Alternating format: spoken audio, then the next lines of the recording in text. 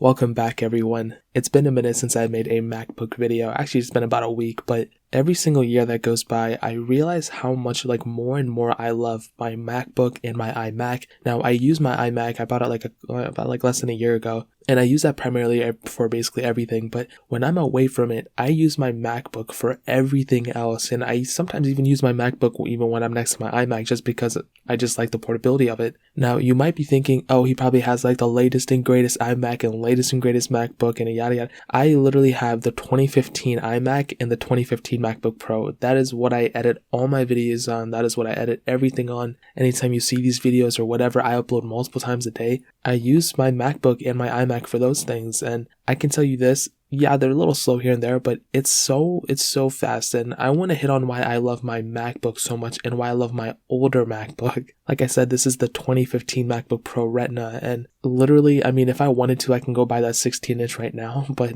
there are so many cool advantages for this MacBook, and ultimately, it just comes down to there's really nothing compelling to go and upgrade to one of those older MacBooks, to one of those newer MacBooks, and the fact that I already have this one, it's just so smooth. The performance has been great for me, and I kind of know how this thing works, and I just don't want to really change it up that much. And I sometimes feel like my MacBook is faster than my 5K iMac, which is really funny, but that's enough about talking about the iMac. And I'm actually editing this video and this audio, and I'm recording this whole entire video from my MacBook itself. Well, not like the footage, but the recording, the audio, and all that stuff. And honestly, if you use any other somewhat older laptop, even if it's a year newer or a couple years newer than this MacBook, it still might be worth picking up this MacBook over that Windows or whatever machine, because this laptop has really held up extremely well throughout the years. Now, the main reason why I personally still love my MacBook Pro, my older one, and why a lot of people have recommended this MacBook time and time again would be the I/O, the USB ports, the Thunderbolt ports, and most importantly, the SD card.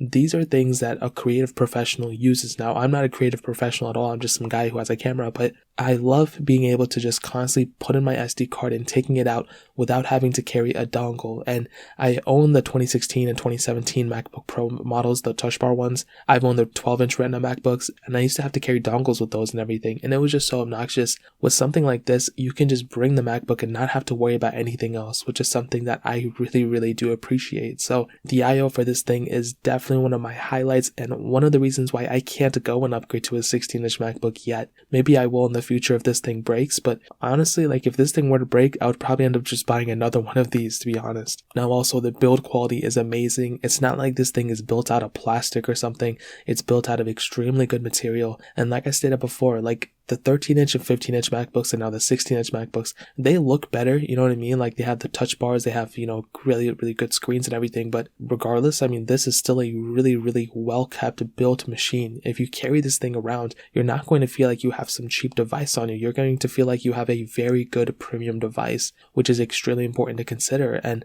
honestly, it's not the best looking. There's a lot of bezel around it and stuff compared to the 16-inch MacBook, but I still think this is a tremendous feeling machine. And when you rub it around in your hands a little bit, you can definitely feel like you have a really good machine in your hands. The pricing is also probably one of the biggest highlights for this thing too. I picked this thing up for around $600, which is insane. The 16-inch MacBook costs over $2,000 to pick up, and this thing, base configuration and everything, I bought it for $600, and that's a really good price to pay. You can probably even pick one up for even cheaper than this. And even if you were to get the 13-inch MacBook, there's still a lot of value in that too. So for sure, what I can tell you is this thing, in terms of the way the pricing and everything is, it's a thumbs up in my books. Now, one of the things that I just recently realized, and I didn't even know why I never did this before, but the upgradability of a MacBook like this, even though it's the Retina one, there's still a couple things you can change within it. Now, there's not a whole lot, but one of the biggest things I've done with it was replace the SSD within this. So it had a built-in 256 gig SSD within it, and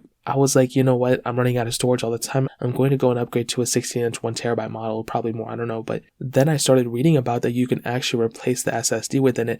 But then I saw comments that you can't, because I only thought the 2012 MacBook Pro, the non-Retina, was able to be upgraded in any way. But apparently that was wrong. And so I took the chance and I bought an SSD that was compatible with this. And, I replaced it. And I took out the back and I replaced the SSD, and it was an extremely easy process. It was much easier than I thought. I probably did less than 20 minutes. And here's the thing. I really don't even have that much experience with replacing things. I replaced that hard drive in my iMac with an SSD, and that was the scariest thing I've ever done. Like, my heart was beating every time I even touched anything. But with this MacBook Pro, it was fairly straightforward. You just unscrew the back and put it back, and that's it. Like, it was so easy. So what I would recommend is buying the base model of this, getting a replacement SSD, which you can pick up for like around $120, and kind of go from there. And I'll go ahead and leave in the description a link to the SSD that I specifically used, as well as the tools if you want. And that's like one of the most important things I've done to this MacBook since then. So that was a huge thing. And you can't replace the SSDs on these newer MacBooks, but you can on this. Is the last one you can do it on, which is crazy. Now the screen, I kind of hit on it, is also one of my favorite things about it. It's such a good looking display.